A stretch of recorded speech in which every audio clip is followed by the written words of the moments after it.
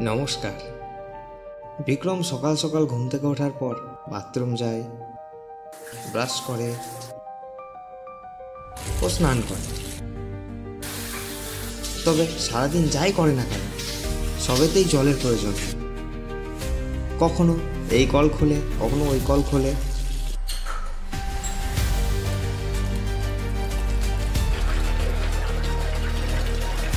কিন্তু হঠাৎ কোথাও জল পাচ্ছে না।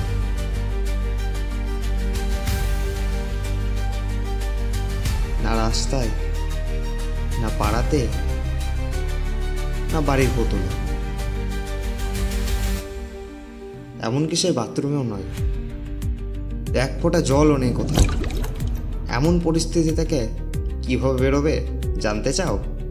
আসছে অমূল্য। এক ফোঁটা কখনো জীবন, এক ফোঁটা কখনো মরণ।